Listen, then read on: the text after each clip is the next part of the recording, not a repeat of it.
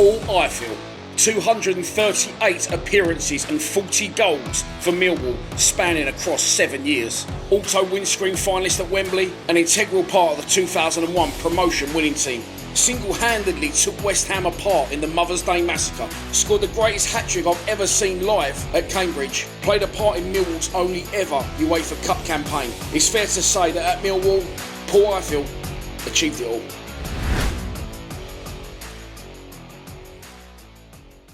Three, two, one.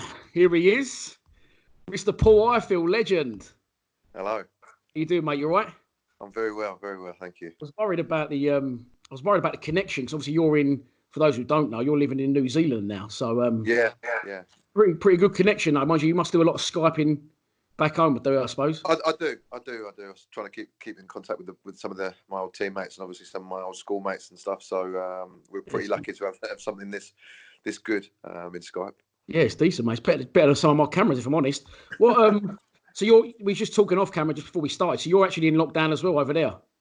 Yeah, so we've been in since Thursday, so only a few days in. It's been pretty comfy so far. Things are not too bad over here. We're pretty fortunate. We've had no deaths. We've had, I think we've got up to about 450 odd cases. So I think our government acted pretty quickly. And saw what was going on in some of the other countries and just went, right, we need to get on top of this now. So I think we're kind of lucky, and hopefully we're ahead of where some other places are. I bet it's not a lot nicer your surroundings than it is mine here where I live in out in Bexley. I bet you still got your garden, nice weather, etc., haven't you? So it shouldn't be so bad for you.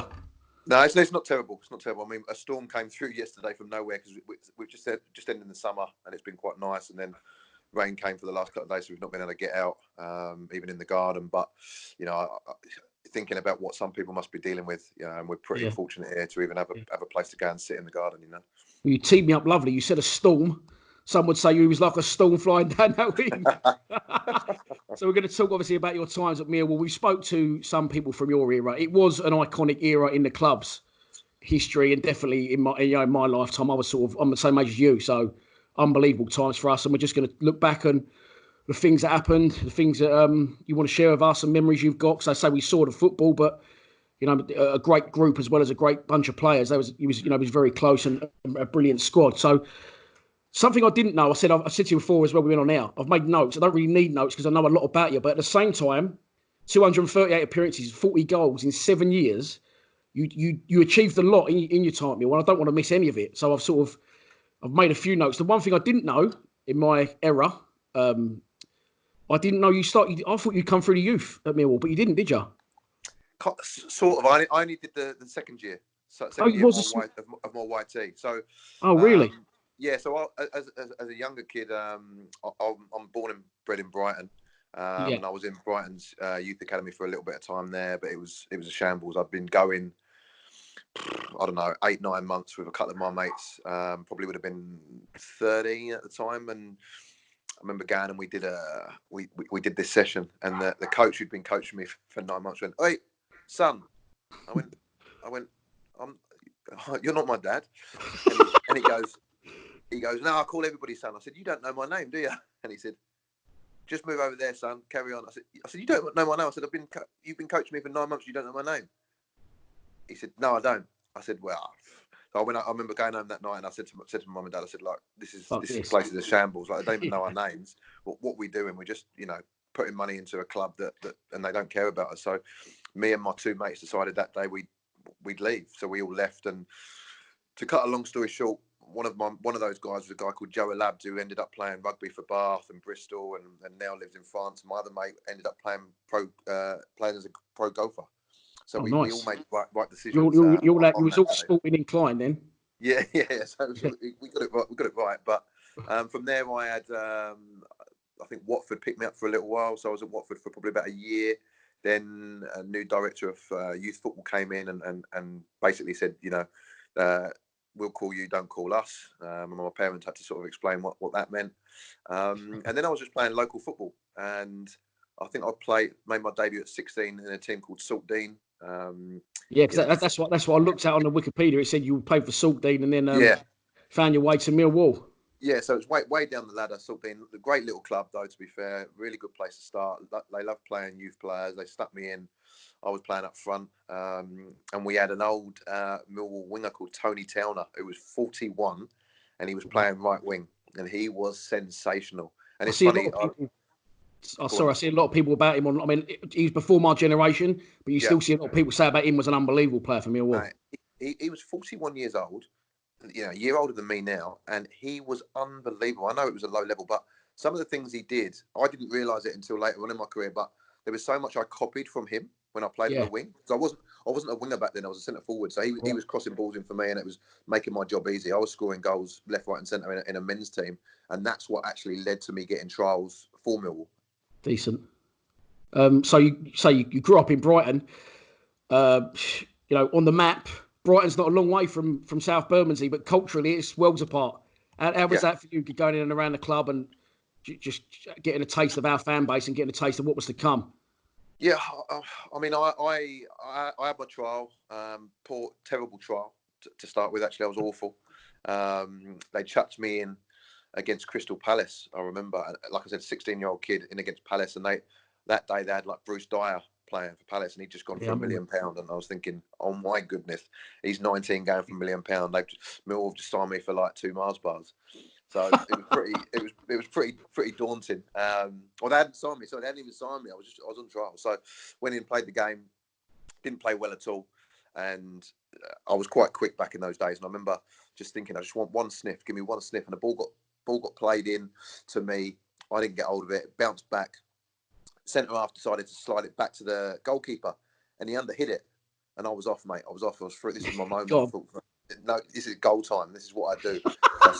Sprint it off, and it was one of those times where you get so many thoughts going through your head because you've got so much time.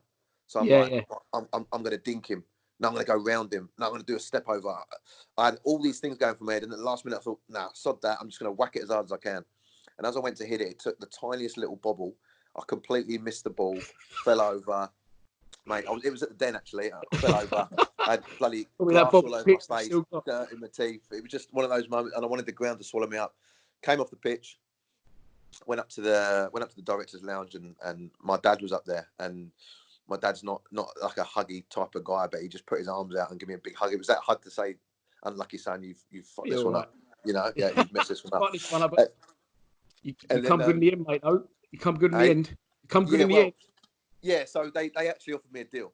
Jeff Burnish came and saw me, and Bob Pearson was up there, and they said, "Look, how do you think you did?" I said, "Look, it's terrible. I'm not ready for this." And they said, "Well, we know you're not ready for this level. We just wanted to see what you do."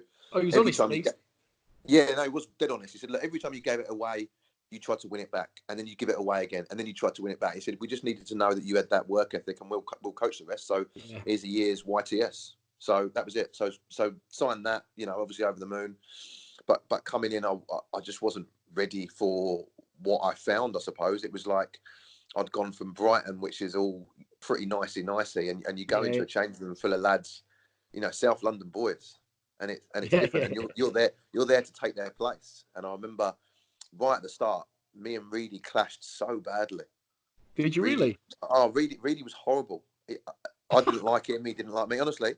And it was only towards the end of that sort of first little bit of time that Kevin O'Callaghan had gone from the youth team as youth team coach, and they got Mick Flanagan in. No, another great winger, Kevin O'Callaghan, by the way. Oh, Kevin, unbelievable. Yeah, he was decent coach, great player. But he'd gone. Mickey Flanagan came in, who was an old school centre forward back in his day, and he just chucked me and Reedy up front in the youth team. And we sort of kind of had to find a way to work together, and it worked a treat. And we did really well in the youth team, and obviously Reedy sort of got his chance before I did in the first team, which was the right decision, by the way. But seeing him do that and seeing Tim Cahill do it, it sort of made me think I'm not too far behind these guys. I think my chance is just around the corner.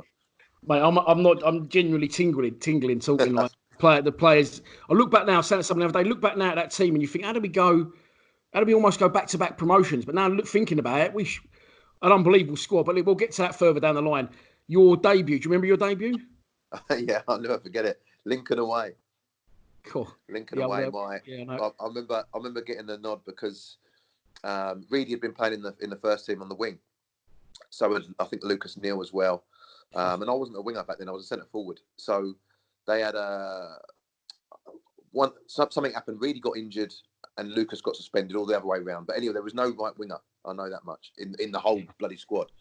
So they had a reserve game, and they played Daniel Hockton, if you can remember him. Danny Octon. I remember Danny Octon. He came through as a forward. He was a forward as well. Yeah, he come through at the same time as Sads, and I actually thought Hopton was better at first. Yeah, no, I did at first. I agree with that 100%. So they had them to come through, and then they played a reserve game, and they literally pulled me and Octon aside and said, "Listen, you're both going to play right wing for 45 minutes, and you're both going to play up front for 45 minutes. And whoever plays better on the right wing is playing on the weekend." And I'm thinking, shit, I've never even played as a right winger, you know. And Octon was, I think he was a year older than me, so I was thinking, you know, my chances are pretty slim. And he played in the first team, you know. So I just went out and I played, and I did what I thought, you know, I could, and I did all right. And then they pulled me after the game and said, "You're starting on the weekend." And I was like, shit. I remember ringing my mum, ringing my uncle, saying, "Look, I'm making my debut." So they made the trip up to Lincoln. I remember going up on the coach, and I was trying to pretend I wasn't nervous. I was absolutely shitting myself, and all the senior boys were telling me to go and make teas and coffees on the coach and that. I'm carrying the teas and coffees back. I don't know how I didn't give myself third-degree burns. I was shaking all over the place trying to bring the teas back. Oh, I was so nervous. So it was frightening.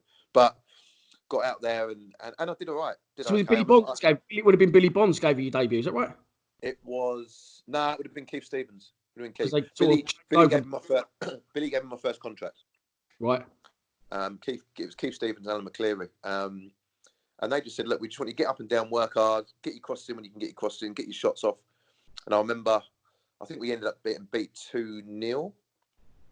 But I remember hitting the post, and I was so overwhelmed that I'd hit the post and come that close to scoring on my debut. And I remember ringing up my mates on the way back. "Oh, bloody hell, I hit the post. I was so close."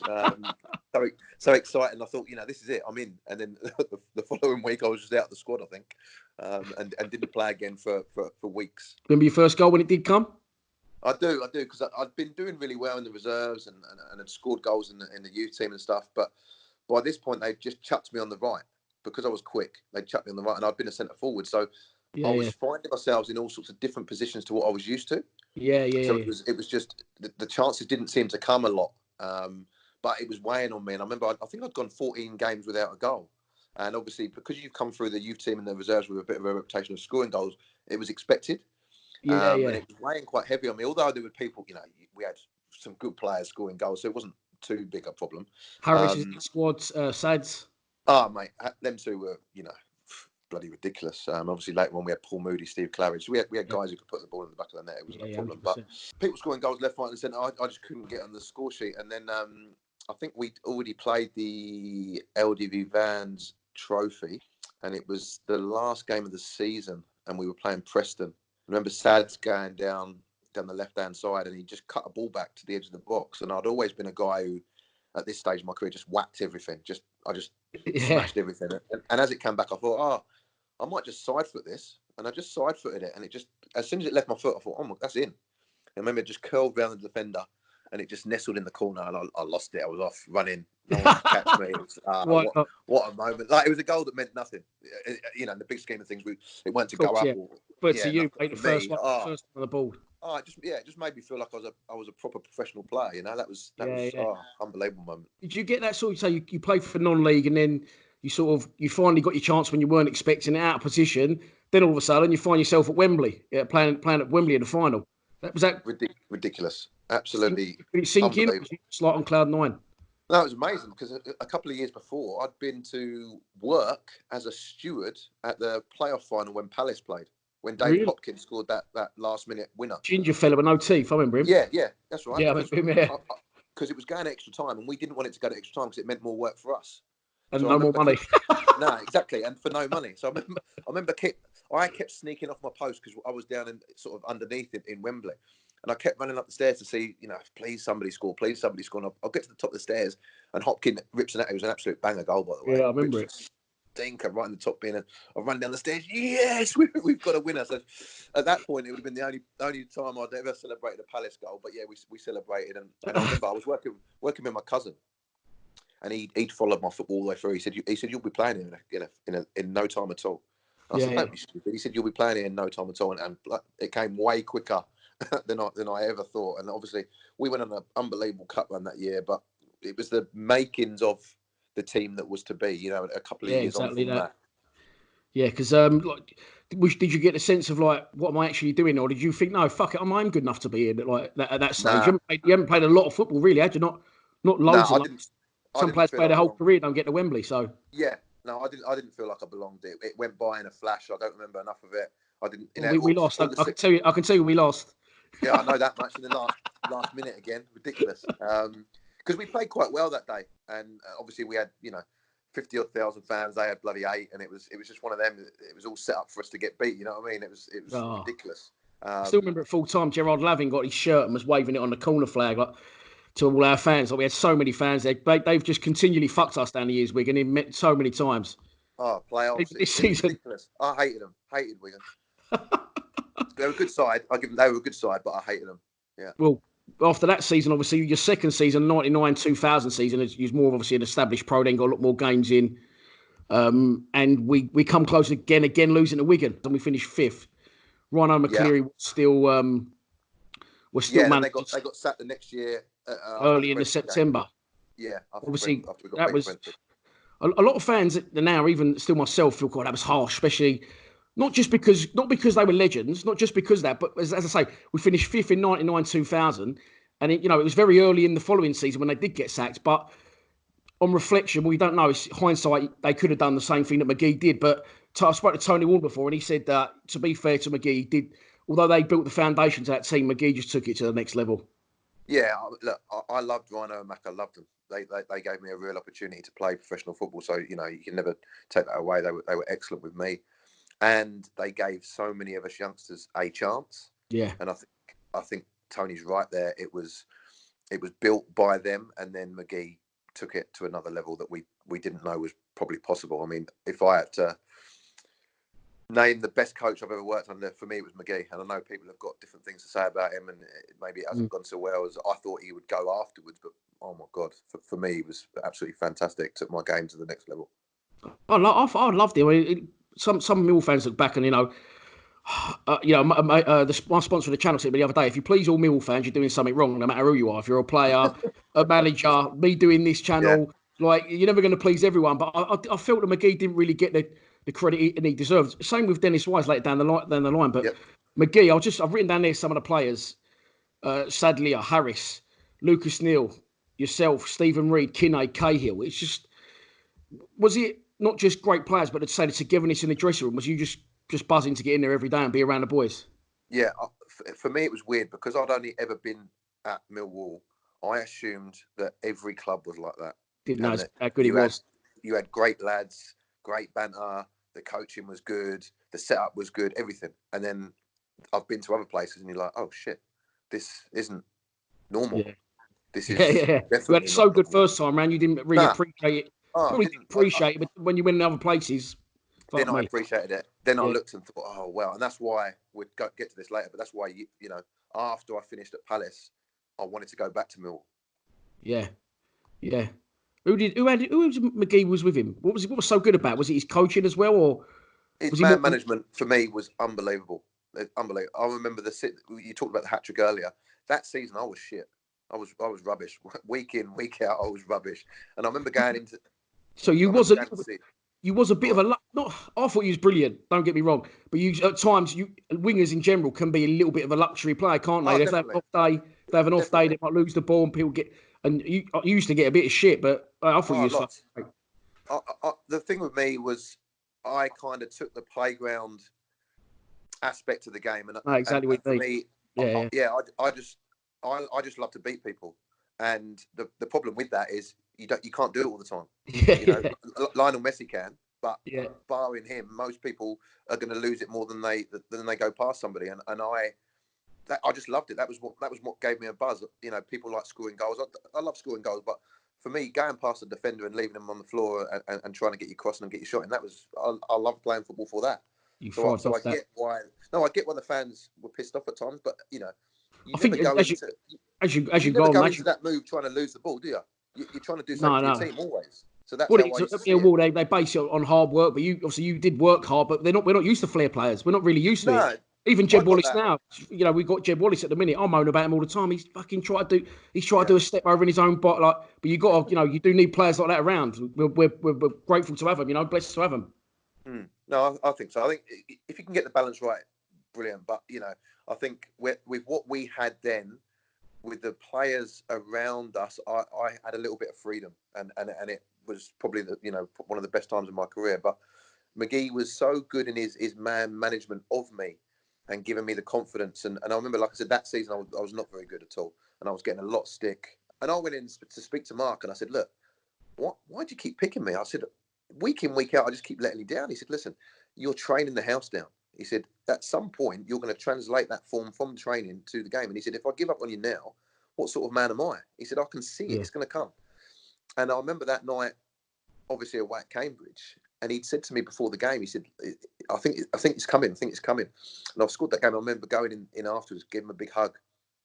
He was nearly in tears because he knew that was the kind of moment that he'd been waiting for, and I'd obviously been waiting for it. And then, my career just kicked on from there. Really, that was probably the turning point for me. He must have felt great knowing, his faith in you paid off. He's, like you say, his man management was spot on, and I'm surprised that since really he's not really. He sort of fell out of football. I don't know if his age played a part in that or what, but he sort of just disappeared off the scene eventually. But I'd say I thought he was a great manager, and obviously he took us up. His first time of asking, do you play a big part in that season? Because I'll be honest, I watched back earlier the Oldham game. We won 5-0. I don't think you played. Was you injured? No, I didn't play. So that was the last. The Oldham one was the last one of that season, wasn't it? Yeah, that was 5-0 at home. We'd already won the title. Yeah, I think I got injured. I think I got injured the week before, maybe, because I was on the pitch afterwards, walking around with a bit of a limp, which I normally did anyway. But what I want to talk about is during that season, just before the end, April 2001, Cambridge won, Millwall 5, the greatest hat-trick I've ever seen, especially live, probably ever. And again, like you saying earlier about Messi, I'm not saying you was Messi, but what I'm saying is if that was scored in the Premier League today or something, people would be going absolute apeshit. I was a roofer at the time and working in Cambridge. So my mates came up and met me that night. I remember they had Lionel Perez in goal. Cambridge, didn't they? He was a bit of the old Sunderland, but he was a bit of a legend down there. And you stuck 3 past him. We scored 5. And mate, just unbelievable. What do you remember about the hat-trick? Do you remember the goals? I remember everything, honestly. I went on YouTube years ago, and I think you'd uploaded the hat-trick. Is that right? Yeah, that's right. Yeah. That's right. Just in case. It's my only one. It's my only one. Document if Neil Harris uploaded his hat-tricks, he'd be there all day, but I only got one. So talk us through it, mate. We were getting towards the end of the season, obviously, and we needed to win there, and Cambridge had always been a little bit of a tough game. They were a decent side, decent few players. Dave Kitts and Tom Young's, decent scorers and were hard work. And I remember we were 1-1 because Nethers scored first, I think. Yeah, header from a corner, I think it was. Yeah, that's right. And then Tom Young's equalised, and it was game on, to be fair. And I did it. It sounds mad, but I didn't actually play that well on the night. Apart from you take the 3 goals away, I actually didn't do anything. Reedy that night was unbelievable. He was unplayable. He set me up for all 3 goals, and he was playing left wing, and he had the right back on toast. Like he just could not live with him. And I remember every time he got the ball, I just thought he's going to beat his man. There's no question he's going to beat his man. And if you watch the first goal, he does that, and it gets played in, it gets headed out to me on the edge of the box, and as it drops, I just thought, I might as well hit this. Just sort of volleyed it and sort of steered it into the corner. I'm pretty happy with the finish, and you go away, you scored a goal, and now you're feeling like I've done my bit for the game. I've earned a little bit of kudos. I can probably take my man on a little bit and lose it a little bit more than I would because I've got the side in front. And then again, really gets the ball late after. I think Claridge has scored as well. So I think we were 3-1 up at this point. Really gets the ball again, turns his man inside out, and as he was crossing, he was kind of falling over, and I thought, shit, he's not really going to get much on this. I'm going to sort of run across the near post and see if it goes in there, and it just came perfectly. I've sort of had to dive and hit it with my left foot. It was just a weird finish, one that I'd never really even practiced. And I remember as it left my foot, I thought, this gas going in as well. And Perez just couldn't get there. It's gone in the near post. So that's 2. And at this point, I'm thinking, bloody hell, double. Like I didn't score many doubles. Thinking, Yeah. surely You never I score can many tap-ins, though. hat-trick. You always score good goals. Yeah, I should have got a lot more goals, mate. I always missed tap-ins. I was never in the right place to bloody score the tap-ins. I should have got a lot more goals than I did for Millwall, that's for sure. But Come on, in the match ball. yeah. So the third was one of them that you don't even take the strike on if you haven't scored the first two. To be honest, Yeah. really got it again, and I'll always remember because he burst through the midfield, and as it left his foot to go to me, he was already shouting, shoot, and I took a touch, took another one, and I looked and I thought, shit, he's way out of position here. If I can just hit this hard near post, I've got a chance. And look, I wasn't aiming for the absolute top corner because obviously it was postage stamp, but again, another one left my foot, and I thought he is getting nowhere near that. Still rising when he went in. Oh, mate, still rising, and I was off, and it was just the elation. Even talk about it now, the elation. Jeez, it was just amazing moment, and all the boys were there. They were buzzing for me, and then got in the changes afterwards, and obviously I said, give McGee a big hug, and he had a little speech and said, look, that's what we've been waiting for. That's I knew. I've backed you all along.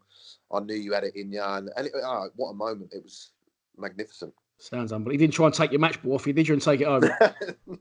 no one was taking that. That was in the bag. That was signed and in the bag. Don't worry about Do you know what? But back in the day and all, always say the kits were baggy. The pitch that night was rough as arseholes. You know what I mean? Yeah. It wasn't like perfect playing services and boots with fucking bits on that can make the ball swaz a little bit more. It was bog standard then, wasn't it? It was fucking, mate, it's unbelievable actually. Behind the goal as well, obviously, where all the fans were. And I think that night then, we were just hurtling, mate, to walk towards that title, weren't we? Yeah. And that don't happen often for us. We've been up through the playoffs a couple of times, but to outright win the league comfortably like we did, it was fucking great. But again, look, it was no surprise with the team we had. Going back to Reedy there, you brushed on it earlier. You said you hated him, you didn't get on with him. Obviously, by this point, you obviously... Oh, no, we were real good mates by this point. Yeah. What were the characters like in that dressing room? No, that was really early on in the youth team, If you walk in the dressing room... I don't even know if I've ever told him that. So when he sees this, he might be laughing. But we got on famously after that, and we're still mates today. And top man, top player. One of my best mates. He's still doing well in football, isn't he? He's still working. Mate, he was always he was always a thinking man's footballer, So it doesn't surprise me. And had an absolute hammer of a right foot. Jesus. Yeah. It makes you two together in that midfield, Kale. So say you walk into the dressing room on a Saturday. You walk in, who's doing what? Who's early? Who's late? Who's quiet? Who's causing havoc? Got Nevercott making animal noises, throwing up, and I spoke to him before. Yeah. Never's always throwing up. You had Timmy. Timmy was always like a ball of energy, bouncing around. Reedy was always pretty chill, just sitting there listening to his music if he had that on, or just having a chat. Tony was always either pranking somebody or giving somebody shit.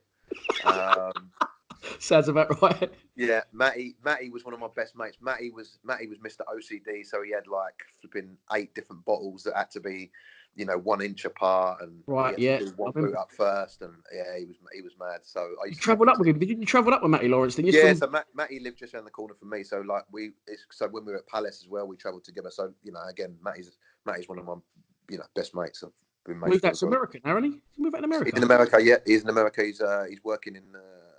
I think he had a journalism degree or an English lit degree, so he's used that, and he's cleverer than he looked then. Journey. Mate, he was super smart, mate. One of the smartest I've played with. Yeah, much cleverer than he looked. So we would say with that squad, and say you was very talented players, but togetherness must have helped. And then the next season, boss, you almost go back to back. We make the playoffs again, 2001, 2002.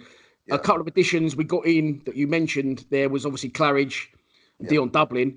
With you being obviously first team choice, regular established on the wing, did you, if I'm thinking to myself, I'm a winger, I ever was, sticking crosses in, and the thought of like Cahill running on, Harris being in the box, Sads, Moody, and then Claridge and Dublin as well.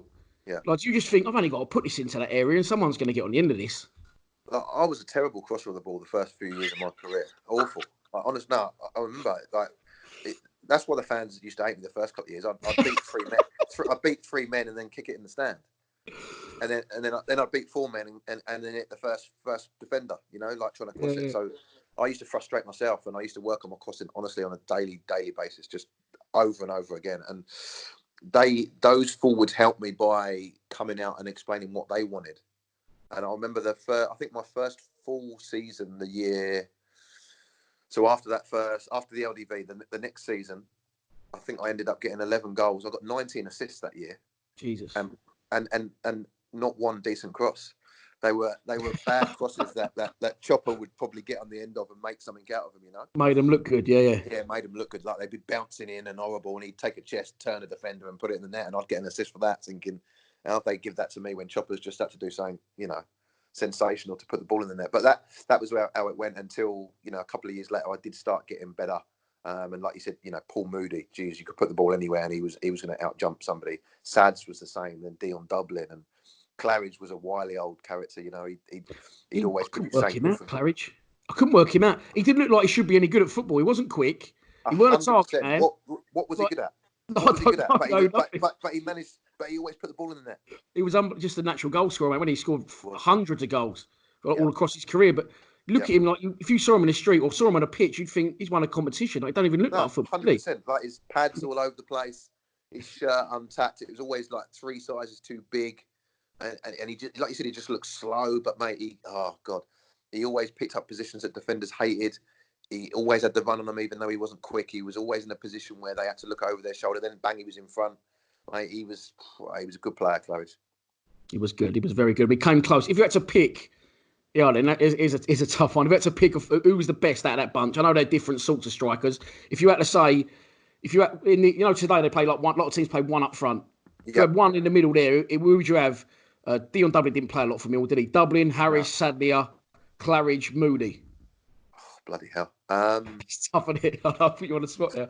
Look, I think you'd have to go Harris because he's got the goals in the bank. He's got, you know. But I honestly think the best of them would have been Sadler. Yeah. Would have been. That injury. Such a shame, mate. He was, mate, I remember playing West Brom.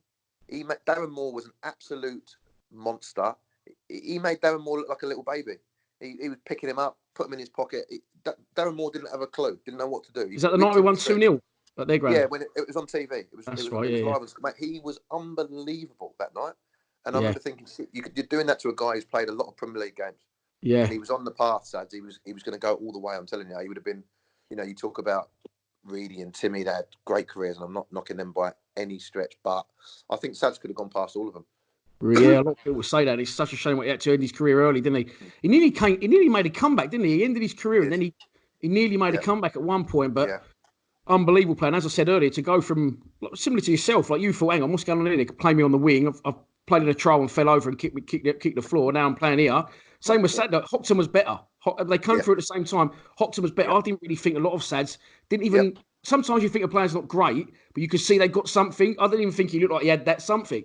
But I agree. Mate, out of nowhere, unbelievable. It was a mixture of people. McGee showing a bit of faith in him. Ray Harford was massive, and I always remember there was one training session, and I've used this book now since I've started coaching actually. And the session was going on, and Sads was trying to play fucking one touch and couldn't get it under, and it was just horrible. And Ray stopped the session. He went, Sads, I'm going to give you something now that's going to change your game. And he said, boys, I want you to listen too. He said, I want you to get used to taking 2 touches. Every time you get it, look at the fucking size of you. You're a monster. He said, get hold of it, pass the ball. That's all I want you to do from now on. And he said, the boys around you will get used to the fact that you play 2 touch and you play 2 touch only. Yeah. And it was like a light went off in my head. I thought, it's such a simple bit of coaching. And you know what? From that moment on, the ball would be played into Sads. He'd take a touch, he'd set it off, and he'd get in the box. Just gets everything quicker as well. It completely changed his game. It was ridiculous. He was trying to play. And then, after a little bit of time, a year later or whatever, when he'd worked that out, he could play his 1 touch every now and again, and that would work too. So, from one super simple bit of coaching, he'd actually changed his game, and he'd actually made us realise what we needed to do to help him. And all of a sudden, things just went crazy for him. It was unbelievable. Yeah, but mate, and like I was just saying, your career at Millwall was a joke. It's been. I look back. Obviously, I sometimes look at a few people's Wikipedia if I'm trying to get in touch with people. And I like Joe Dolan, thought he was a great player. Looked at him, but God bless him. He was always injured. So he was at the club 7 years, played 40 times. You was at the club 7 years. So far, we've got through, broke into the first team, played at Wembley, got promoted, nearly got promoted again. It's all like it was a very active time when it wasn't. It was never a dull moment. No, that's right. Going back to Joe, mate. Joe's another one. Joe, I think, could have gone on to do what the likes of Timmy and Reedy did, and play in the Premier League. Like, such an athletic, for a big man, he was so athletic, so sharp, quick, proper old school defender and all, wasn't he? Like, just fucking. Mate, he was a rash. He was horrible to play. I hated playing against him in training. Top man. He's out in Australia now. Actually, I catch up with him on the regular. But he was such a good player, and again another one who just had such a tough time with injuries. Somewhere along the line, Mark McGee leaves the club. Yeah. And all this great stuff we've discussed, it just gets better now. Like, it just gets outrageously, stupidly good. Yeah. Like pivotal moments in players' careers that not many would ever achieve. FA Cup final, Europe, just brilliant time. So McGee goes. Obviously, Dennis Wise was already at the club. Yeah. What happened? Do you remember much about the transition between those two? One going out, one coming in. Yeah. Look, Wisey come in and was we were worried with Wisey coming in. I'm not going to lie. And it was a bit like when Muscat came in. You know, these guys have got a reputation, and you're thinking, you know, do we want this guy at the club? Yeah. And you know, Millwall had a reputation of being, you know, no one likes us, we don't care, and that was sort of seen as why we signed Wisey. Yeah, it was seen like a perfect fit. Yeah, perfect fit. But the first day he came into training, we were like, bloody hell, this guy's unbelievable. Like, because he was old, bearing in mind, I think he was 36, 37. Yeah. And we thought, he must be, his legs must be gone by now. But he was one of the fittest in training. He could put the ball wherever you want him to put it. He could still get around. And we were like, bloody hell, like we've got lucky here. And he was just a great lad. We didn't think he'd, you know, ever be our coach or anything like that. But with McGee and him, it seemed to work. And then things slowly started going to shit. And I don't even know why. But a lot of the so-called better or bigger players were not on it. Were not at it for whatever reason. And I remember when I heard the news that McGee had been sacked, and we played, I think it was home against Preston or Norwich, I can't remember, but I was awful. And he got sacked the next morning and was clearing out his stuff in the thing. And I went in to see him, and I was like, you're so honest, by the way. Nah, there's no point beating around the bush. So you've said so far. I was awful. This shit was, my cross was awful. I was at times. Bloody hell. There's some good times. Don't worry. But I went into the office. I was in tears. Because this was a man who'd done so much for me. Like, there was a stage early on with Mark where I wanted to quit. I'd rang my agent and told him just to get me out of football, not get me a move, get me out of football. I wanted to go back to Saltby. That's where my head was at. Yeah, I was gone. Was it the pressure of it all? And the pressure, and I just felt like I was letting people down, and I wasn't good enough, and it was just, why am I doing this? And he took me round, to be fair, and said, look, you know, you're being silly. Take a bit of time, blah blah blah, and he'd just been sacked, and I'd just played poorly, and I sort of put the two together and sort of said, look, I'm so sorry, I was so bad last night, blah blah blah. And he said, look, don't think I got sacked because you lot was shit last night. You know, this has been coming, and you know, hopefully this is best for the club, and we'll stay in touch, and look, you can go on, and you can play in the Premier League and blah. He sounds like a top man, to be honest. No, he was, for me, like, you know, he'd just been sacked. He was obviously out of work. And he was worried about me. He was like, you know, don't let the work we've done go to waste. Basically, go and show people what I believe, and I believe you can play in the Premier League. Go and show people what you're about. And I was like, I came away from that feeling better straight away, and thinking, shit, this guy's an absolute top man. To be thinking of this sort of stuff when, you know, he's dealing with what he's dealing with. So when Wisey took over, was it because Wise was already at the club? Yeah. Was it a complete sort of change in structure, or would it just sort of peter along as it? No, he didn't change too much. We thought it was going to be really hard. All the players thought, oh, this is going to be so weird. He's been our teammate. He's going to, you know, he's going to have to change. He's going to have to, you know, blah. Nothing changed. The only thing changed was you know, I suppose the words before him. So it was Dennis Wise, coach. That was, you know, there was nothing. It was nothing different. It was odd. It was like, you know, Dennis can't come out with us anymore. He still came out with us. He was still drinking just as much as us. He was still taking us to this bar and that bar. And it was weird. It was just like, it was almost like everything that you shouldn't be doing, he was doing, and it was working. And that's the thing, like, with football these days. It's so regimented. The players, there isn't a drinking culture anymore. But back then, you hear a lot of stories, like from other podcasts and stuff I watch, that if it works on the pitch, the gaffer will go for it's fine, just crack on with it. As long as you get results. Yeah, he said if you're playing well, just keep doing your thing. And we'd go out on a Tuesday night up into town, and we'd have Wednesday off, and then we'd train Thursday, train Friday, and we'd go out and beat someone on the weekend. And it just seemed to work, and the boys really liked him, and he was still playing. And obviously we had Ray Wilkins there, who was an absolute legend, by the way, like unbelievable coach, top man. Obviously for him to be gone is it's devastating. That hit me hard. Yeah.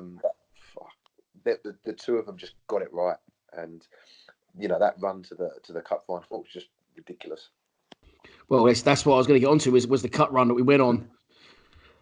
Although we didn't have to play, we got to the semi-final before Tranmere away was a difficult one. Muscat missed a penalty at home, and then went away, and Harris and Cahill scored 2 great goals. But the semi-final, obviously, iconic for another one of your misses.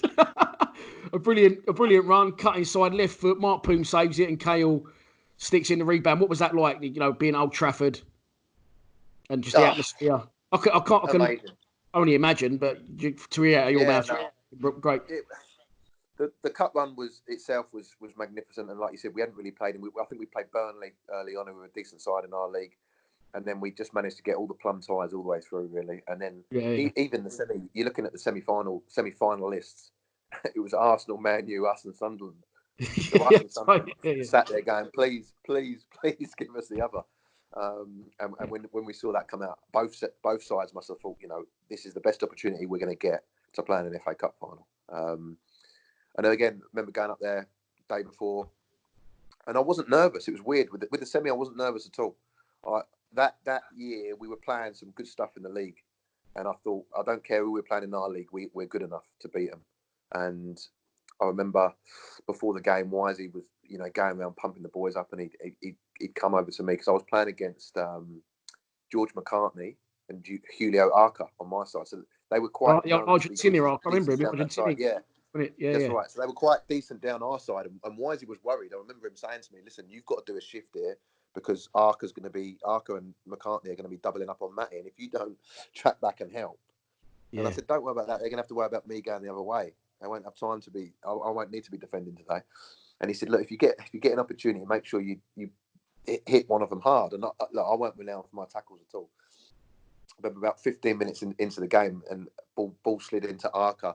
He took a big touch, and I went and absolutely cleaned him up. I remember Wisey came running over to me, and he gave me a slap on the bum, and he was like, "Hey, I bet he loves that." No, he was buzzing. And we were playing well. And I remember McCartney went to take a sort of little touch, and he hadn't seen me. And I managed to nick it off him, go past him, and then I sort of did a little chop inside.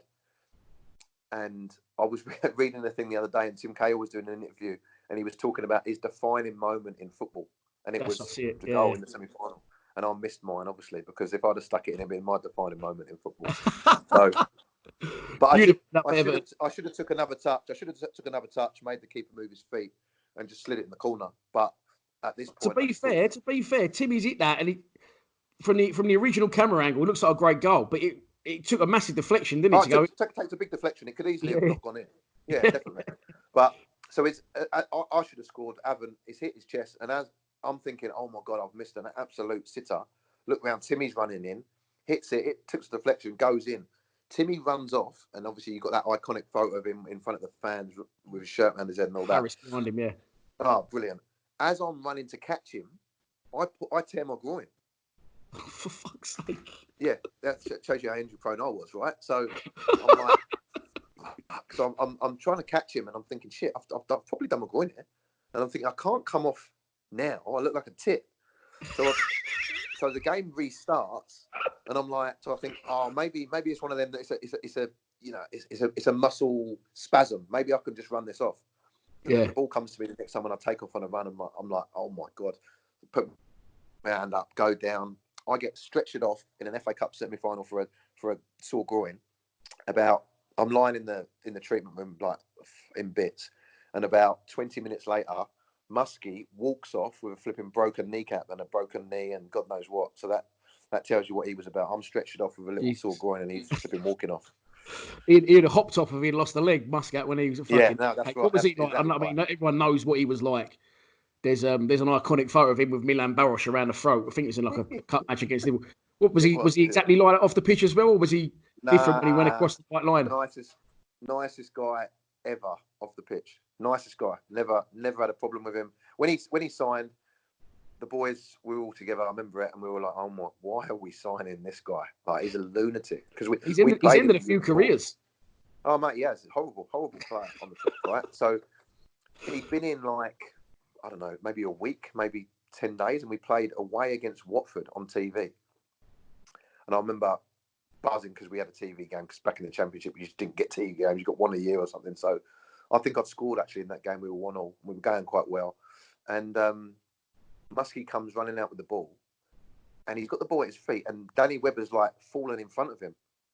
Muskie just stamps on him, like for no reason. Muskie's got the ball. It's not like he needs to win the ball. He's got it. Stamps on him, gets sent off. I think we end up getting beat 4-1. McGee comes in and absolutely loses it.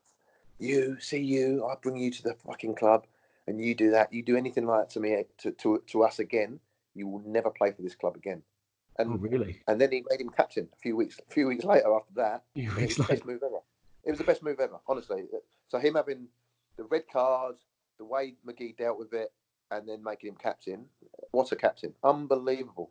With him on your side, you always felt that no matter what shit went down, he was going to look after you. Another player I've missed out there, and it's one I really rated as a forward. You know, when I said you picked the best forward, Danny Dicho. What was he like? He was a unit. He was another one you could just put it anywhere high. He used to munch them up, them headers, didn't he? He used to munch them up. And there's a funny one with Deech. So, talking about Muskie and Deech, Muskie used to have this whistle, and he could do that. I think Tony's talked to you about this. He could do this mad whistle without putting his fingers in his mouth, and it was like a ref's whistle. Right. So he used to do it in games, and we used to. So if like their centre forward would go through on goal and he was in, Muskie would just whistle, and the centre forwards so many times would just stop, and we'd go back. We'd go around, sweep it up, and carry on, and their centre forward would be looking around, going, "Hold on a minute." So we're playing.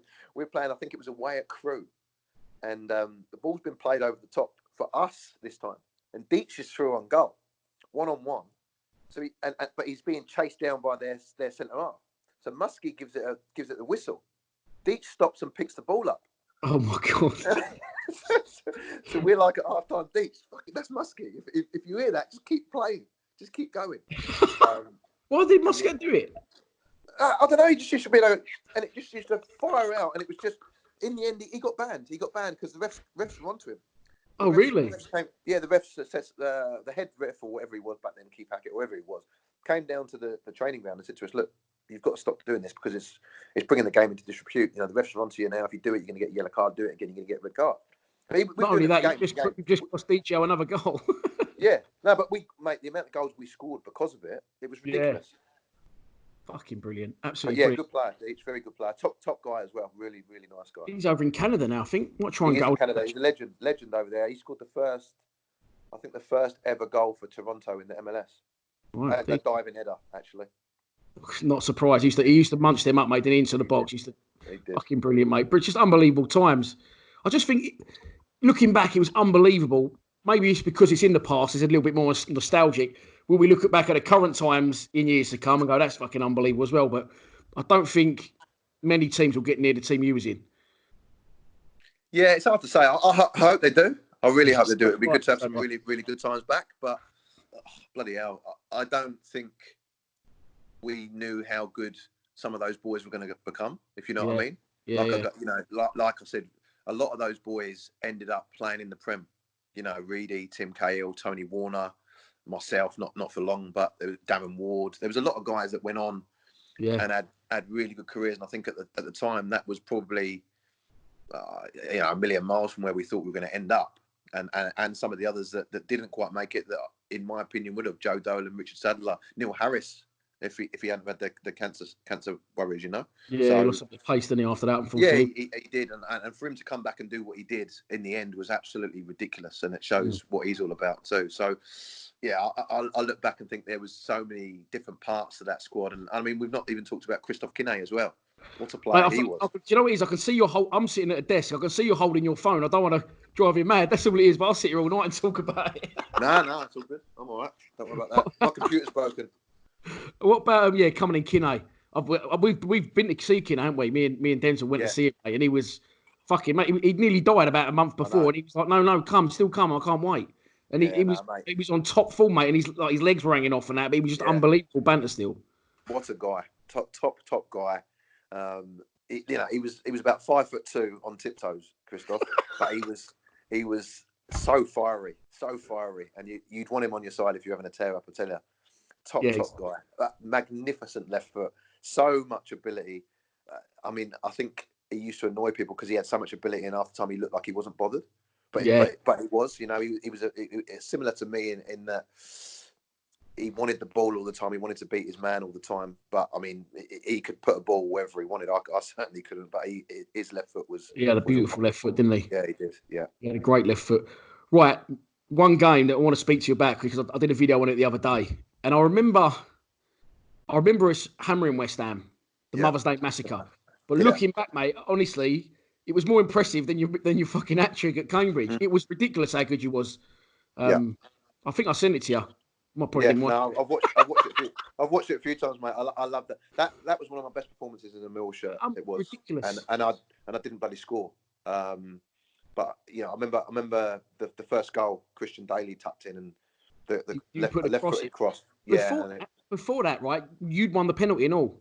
You've done took the ball over Everett and Zed to take it away from him. Everett's absolutely wiped you out. Yeah. The video I did the other day, they like a watch along with it and talked about it. You was fuming, but I don't know why, because you've been given the penalty. You was on your knees. I've watched it back. and I don't know what I was asking for. You got the pin. That's it. Do I want two? I was thinking, what are you asking for? The refs give the pen. I don't know why. You was like. Nah. I obviously wanted something extra. I don't know what I was asking for either. I can't work it out. But mate, just talk us about what you remember about that day. Your performance that day was fucking outrageous. I always liked playing West Ham because I always felt it was that bit extra with the fans, and all the boys used to talk about it. You win today, and everything else will be forgotten. It doesn't matter where you finish in the league. Do you know what I mean? And I remember going into that game, and by the way, they had a side. They had a top team that day. Right, some players who went on and did some good stuff in the game, like you said, Etherington, like Marlon Harewood, players that were playing in the Prem in years to come, and we absolutely dismantled them. And it could have been more. We missed two penalties. Missed two penalties. 4-1 could have been 6 at least.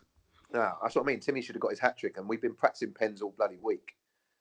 And then he flipping sticks that one in the stand. But we were almost unplayable, and everybody put a shift in that day. Like, we weren't getting beat. It didn't matter what happened that day. The FA Cup final. Yeah. At Cardiff. What's your memories of that day? Right, and the game, the players you played against, unbelievable. Yeah, so it's a funny one for me, the FA Cup final, because 10 days before the FA Cup final, my missus then broke up with me, and I'd been with her like 6 years. And absolute bombshell. Thanks for that. My head was in bits. I remember, and I said to her at the time, I said, when she did it, she took me to a bloody TGI's, which was my favourite restaurant as well. So she ruined that for me. I don't know why I'm laughing. Couldn't go to TGI's for about the next 2 years because of the memories. Oh, Killer. Used to love the wings as well, buffalo wings. Anyway, so took me to a TGI's in Crawley. Gives me a pie. I've got to drive her all the way back home to bloody Brighton. Drop her off, and I'm absolutely like devastated. Like 6 years, I thought she was a girl for me. I was going to marry her, have kids, blah blah blah. And I remember saying to her when she was doing it, I said, "You do realise that in 10 days' time, I'm playing the FA Cup final." I said, "We've been together 6 years. Why couldn't you have got rid of me in 2 weeks? Like after I've played in it." That's the only thing I she probably back Man United -3 or something like that. just wanted to make sure. So no, I was in bits, and I remember. So we're doing the FA Cup song, we're doing the suit fittings, all the stuff that should be unbelievable. Yeah. All I'm doing is checking my phone to see if she's texted me, see if I had a missed call from her. My head was gone. And at the time, Ray Wilkins had said to all the boys, said, "Look, we're aiming to win this thing. We're not just going there just to, be the bridesmaids. We're going to." So he said, "We're stepping up." So he said, "If you're late now, this is serious." So he said, "I'm going to do you £100 every minute you're late, on top of the normal fine." I think the normal fine was for being late was £100. So 15 minutes late, you're paying £1,600. So I was late, I was late because the car had broken down. I come in and Ray's like fucking hell, I'm doing you 1,600 quid or whatever, blah blah blah. And I was like, oh fuck off, told him to fuck off. Which that was not me at all, especially with Ray. Like, loads of respect for Ray, and he looked at me funny as if to say, what's going on. And as time went by, I was just being a bit of a dick, really, to be honest. And we're doing the suit fitting, and the boys are fucking about, and the guy said, it seems like some of you don't want to be here. And I said, I don't want to fucking be here. And then Ray pulled me and said, look, what's going on? You're not yourself at the moment. He said, come and see me and Dennis afterwards. So went into the office. What's going on, Ice? So they both sat there behind the desk, and I told Ray, and Ray was like, oh fucking hell, Ice. He said, I feel so sorry for you, mate. He said, look, you just got to try and concentrate on the cup final. He said, obviously you love this girl, and blah blah blah blah. Dead nice about it. Why does he go, Ice? In just over a week's time, you're going to play in the FA Cup final.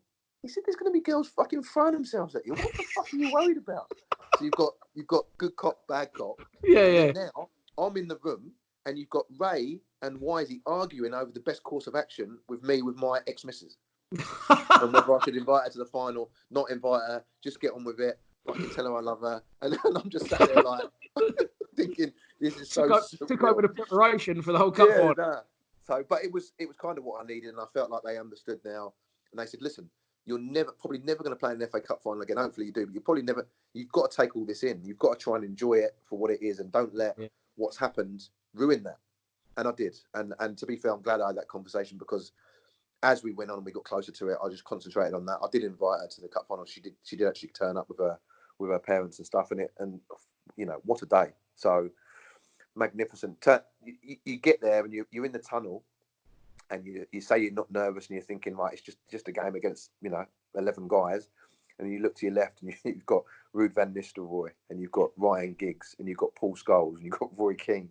Ronaldo. Like, oh no, but Ronaldo was nothing to me at the time. No, nothing there. No, he wasn't there. Because I was told to mark him from corners, and this is what Wisey said. You pick up the Portuguese lad.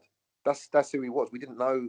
He wasn't Cristiano Ronaldo then, and within about 20 minutes after he'd ended bloody Robbie Ryan's career, we realised that he was actually some player. Poor old Robbie's still going, I think, still sliding. Mate, he was that day, because we always used to take the piss, because Sven-Goran Eriksson was there, and he was on the steamboat. He'd been having a few drinks, and he gave Van Nistelrooy the man of the match.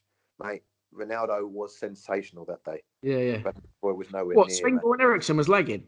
Yeah, he was steamboat, mate, and he gave him the bloody player of the day. Oh, mate. So, I remember, obviously, it was at Cardiff, and then we drove home. It's a long drive home. One of my mates was driving. The rest of us were just cracking on in the back, boozing. Yeah. And we like a lot of traffic coming out of the city. There's a lot of Man United fans in cars, and they're like, there's not downtrodden. They was expecting to win the cup. They won it so many times before. It was our day, in effect. So, what was it like at night time? Was you all? I mean, you would have been down to an extent, but was it still party time just to celebrate? Yeah, we celebrated a great season. We celebrated a great season after that. Like, we come in the change rooms, and some of the boys were showing the shirts they got, and we were swapping shirts. We'd obviously swapped shirts and all that palaver. And then we'd gone back and got we got changed, and we'd gone back and seen everybody. And whose shirt did you get? This is a funny one as well. So someone shit like Darren Fletcher. nearly. I'll tell you there. So the game's going on. Obviously, at this point we're 3-0 down. I call it a 50-50 with me and Roy Keane. It was probably a 90-10 in my favour that I shit myself in, and it turned into a 50-50. Right, so me and Roy have gone in. We both missed the ball. And we've whacked each other. We both had to get treatment. So Jerry's not come on for me. Their physio's come on for them. And then you have to go off the pitch. See, we've gone off the pitch together, and I'm standing literally next to Roy Keane, and he's gone up. Well played today, son. No, you've put in a good shift. And I thought, fucking hell, that's pretty cool. Keane said that. Yeah, Keane said that to me. Like, sort of tapped me on the arse. Well done today, son. You put a good shift and you played well. Done yourself proud. And I thought, bloody hell. And I thought, I'm not missing this opportunity. I said, boy, I know the game's not finished. There's about a minute to go, 2 minutes to go. But can I have your shirt? And he said, meet me in the tunnel after the game, and I'll give you my shirt. And I thought, all right, we'll see. So, game finishes. Boys are bowling around changing shirts, and I thought, do I change a shirt with somebody that's not going to be as good as Roy Keane, or do I hang on and hope for the best? See if he's good to his word, yeah. Yeah, and I'm like thinking, there's other, like I played against John O'Shea. So John O'Shea was an easy one. I could have gone up and swapped, and I thought, John O'Shea, Roy Keane, it's a no-brainer. You've got to go big here. So everything finishes, and all the shit's gone on, and I go into the tunnel. Roy Keane stood there with his shirt off, but now I'm like, oh fuck, what do I do? Because there's no way Roy Keane wants my shirt, but I kind of have to offer it. So I sort of grab my shirt like this and go. And Did you forget to speak English? I didn't. No, but I didn't want to say it. I didn't want to say it because I didn't want a proper pie. And then he just went, "No, you're all right, son. I've got plenty of shirts." So he gave me his shirt, and I said, "Oh, thanks very much." And that was it. Oh, so you got. So wait, no, it gets worse. It gets worse. So I walk in the changes. All the boys are showing shirts, and I tell you, everybody was pissed off because Mark McCammon had come on a sub, and he nicked Ronaldo's shirt. No, yeah, he nicked Ronaldo's shirt. Obviously, Robbie Ryan was fuming because Robbie had been ruined by Ronaldo. So if anybody deserved it was Robbie. Somebody had gigs and Van Nistelrooy, so people were buzzing with the shirts and that. And I'm sat next to Dave Livermore. I look at Dave, and he looks absolutely devoed. And I thought, what are you so upset about? We've played Man U. Obviously, we were going to struggle today. I said, what's up, mate? And he said, fucking hell. He said, I spoke to Roy Keane at half time. He told me he'd give me a shirt, and some other fuckers nicked it. He said, who's have you got? I've got Keane's shirt like behind my back, and I'm thinking, no, I don't really want to do this. So I said, I'll tell you what have you got? And he said, no, you won't want mine. I said, look, I'll tell you what, I'll toss a coin, and the winner gets Roy Keane's, okay? So we toss a coin, he gets fucking Roy Keane's. So I don't know if I've got it here. It's in my garage, I think, but up on my wall, I've got Ifill, but Nicky Butt. Yes. Yeah, he was like when they was all coming through, apparently, Nicky Butt was like the one, supposedly, when they were kids. Yeah. He, although he was always part of that, he was like the most unattractive sort of one, wasn't he? Do you know what I mean? Of like the fucking, whatever they was called, the fucking, all the youngsters who come through, man. Yeah. No, fair play to him, mate. Fucking hell. Decent player, top man. And the funny thing was, no one got him signed. And I thought, shit, if I've got Nicky Butts, at least I'm going to get the fucking thing signed. So as we walked out the ground, the Man U coach was there. And I was walking with, I think I was with Timmy.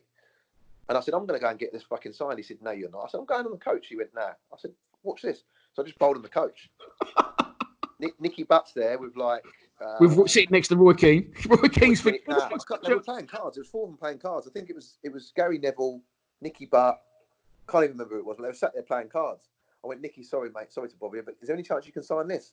And I put the shirt on the card table, and he went, yeah, no problem. He signed it. He's probably thinking, I swear I'll give it to a blonde geezer. Hey? He's probably thinking, I swear I'll give that to a blonde geezer. Yeah, me and Livers couldn't look any more different, could we? Brilliant. Oh, mate, fucking... See what I'm saying? Like, we was all there, we all saw the football, but these stories here, mate, like, this is the shit that people want to hear. So, after the highs of that season, obviously the next season was your last at the club. Yeah. But obviously, due to Man United winning the double, we qualified for Europe. The UEFA Cup, you played away at Ferencváros in the first leg.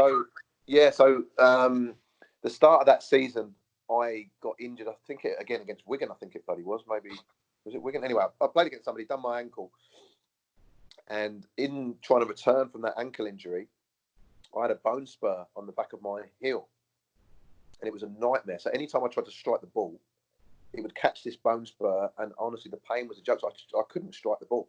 So I was playing with painkiller and injections. When I was doing this for a few weeks, and what we decided was I'd have an operation at some point during the season when we'd have a break. So I literally couldn't train. Most of the time I couldn't walk. I went to Ferencváros on crutches. Jesus. Didn't train the day before, literally couldn't do anything. And the night of the game, the doc came in and had to give me a painkiller injection. He put the first injection in and he missed and he scraped my bone.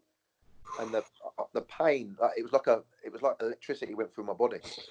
And I jumped off the bed, but he couldn't get the injection in. And I was like, no, look, I'm not playing. I'm not having that again. And why is it took me round to lying back on the bed and getting the injection put back in? So I got it, and I played. Do you not make that much of a difference then to go from like crutches 1 minute to fucking running down the wing the next? Well, it's weird. But the funny thing was, because it was a bone spur, And the physio had said to me, look, you're not going to make it any worse. It literally is just sore. So if you can take the pain, just numb it, you'll be fine. So I did it a couple of games before that as well, just to see how it went. And I played and I was fine. So going into it, even though I was on crutches, I fancied that the painkiller injection would work, and I knew I'd be in bits afterwards. But playing in Europe, probably that was at that point, it was the first time ever, in the club's history. First time for me, and it was just a massive buzz.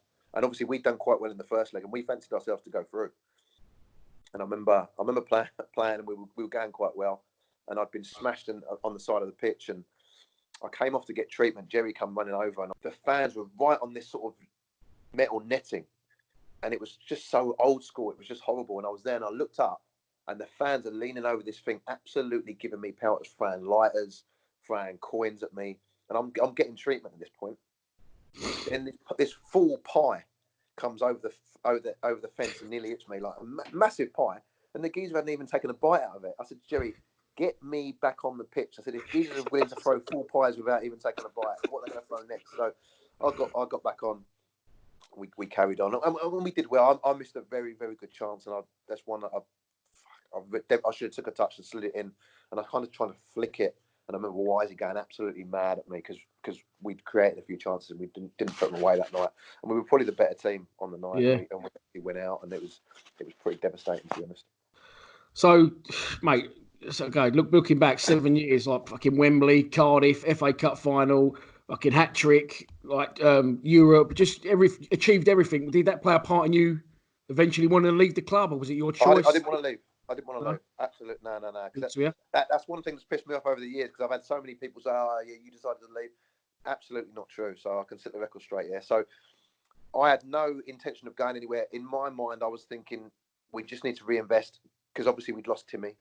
Yeah. There was news that we were going to probably Stephen Reed had gone by then as well. Reedy had gone as well. Yeah. But I still fancied us to go again. I thought if you're talking about £1 million, £1.5 million, maybe we can go and get 2 or 3, and we'll have a right go again, because we still had a pretty good squad at that point.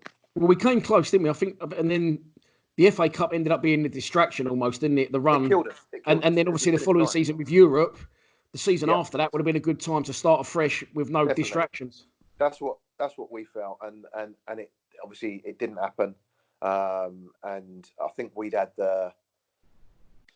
some issues around money at the club, and there was a few things going on in the background. And I remember it was the last day of the season, and I think again I was bloody injured, or I'd just come back from injury. I'd had my ankle up by this point to get the bone spur taken out, and I was playing, but I was like half fit. I wasn't playing very well. And a couple of games before the end of the season, we played Sheffield United, and Warnock pulled me after the game and said, "I want to sign you."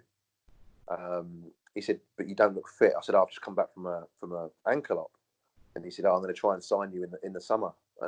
And I just, I've had coaches say that to me before, and I thought nothing of it really. Yeah.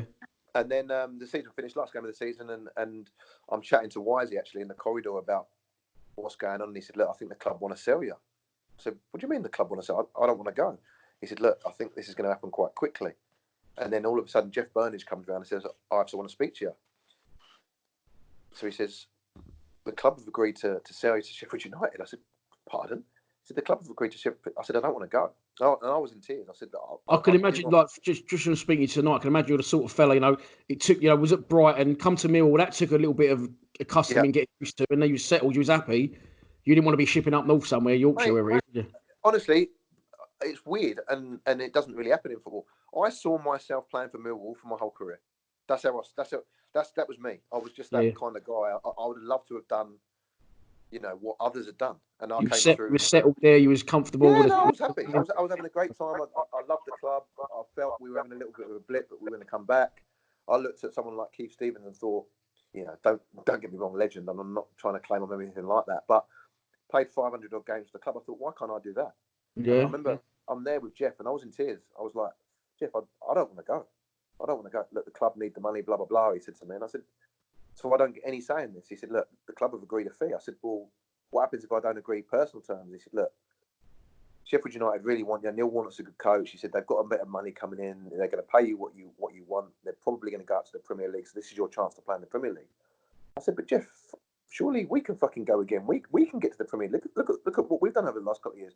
He said, look, Paul, the club's running out of money. We need to sell you. We need to sell Wardley. So I was like, I remember going home that night and I was with my new missus by this point, and I said, fucking the club want to sell me to Sheffield. And she's like, what does that mean? Like, she wasn't really into football. She didn't go, should we go TGI's? I still wasn't going at that point. I was still banned myself. So she was going to break the news again at TGI's. Yeah, no, I wasn't ready. So I said, I don't want to go. And she's like, well, what does it mean? I said, well, it means moving up to fucking Yorkshire. I said, and that's not for me. And I spoke to my agent and said, look, is there anything else out there? And he'd spoken to a couple of other clubs that were interested. Stoke were really, really interested. And obviously Peter Sweeney had gone there as well. So they wanted to sign me. There was a couple of other clubs. And in the end, I went up to meet Warnock. And what's he like? I love Warnock. I think he's brilliant. Lunatic. Absolutely mad as a box of frogs. Just there's some stories I can tell you about him, but we get into that. But he was so honest. It was just weird. There was no beating around the bush with him. If he didn't like something, he'd just tell you. And anything he thought just came out of his mouth. It was that straightforward. And I went up with my missus and met his missus, and we went for something to eat, and we talked about the club and his plans for it. And I came away from it, and I was like to her, I said, look, fuck, if I'm going to go anywhere, this could be cool. This could be all right. I quite like the feeling.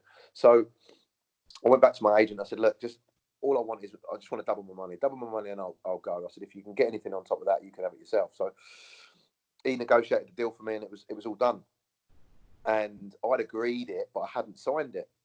And I was getting on the train to go up to Sheffield, and I was going to get picked up by the club there, and I was going to go to the ground and I was going to sign it. And I was going to meet my agent at the ground. My agent was Andy Gray, the old Millwall player, Palace player, blah blah blah. Oh right, yeah. The Sky pundit. Hey, I thought the old Sky pundit at first. Yeah, no. Andy Gray, midfielder, wasn't he for us? Yes. So I remember. He sorted the deal out, and I was going to meet him up there. As I get on the train, my phone goes. It's Mark McGee. I'm thinking, this is weird. And at the time, he was managing in Scotland, so I was thinking, well, he's not going to be able to try and sign me because I think he was at Aberdeen maybe then, or somebody. It weren't one of the big clubs, put it that way. Yeah. And he said, I hear you on the move. I said, yeah. I'm going to sign for Sheffield today. He said, don't sign it. I said, what do you mean? He said, do not sign the contract. I said, well, I've got to. The club is telling me the club have agreed a fee. I've not got nowhere else to go, really. He said, listen, a very good friend of mine is just about to get a job and he wants to sign you. I said, look, well, give me a bit more than that. He said, give us a clue. Yeah, I said, he was giving me nothing. I said, give me a bit more than that. He said, look, a very good friend of mine who you've played against wants to sign you, but he's not in at the club yet. I'm thinking, this is so weird. And I'm going for, I said, and in the end, I said, look, just give me the name of the bloody coach at least. And he said, Gordon Strachan. I'm like, cool. Oh. So I get off the phone to him. I ring up Andy. I said, Andy, look, I've just had this really cryptic phone call from Mark McGee. He's told me not to sign the deal. But and Andy was like quite pissed off. He said, listen, you're going on ifs, buts and maybes. He said, you asked me to get you double your money. I've done it. He's got another 5 bags on top for himself. That's why he's probably got himself done. Exactly. So he's seeing that and thinking, fuck, I don't want to see this scuppered. So, but I'm dead curious because I'm thinking, shit, what's a day? What's a day or two just to wait? I said, look, can't we just make an excuse and say, I can't get up there today or whatever? And he talked me around into doing it. Went up there, signed the deal. The next day, Gordon Strachan gets announced as a Celtic coach. Oh, fuck me! I was like, what have I done here? So, but as it happened, you would have been even better up there as well because Scottish football obviously ain't as strong. It was but terrible. You've definitely got to play in Europe again for sure as well.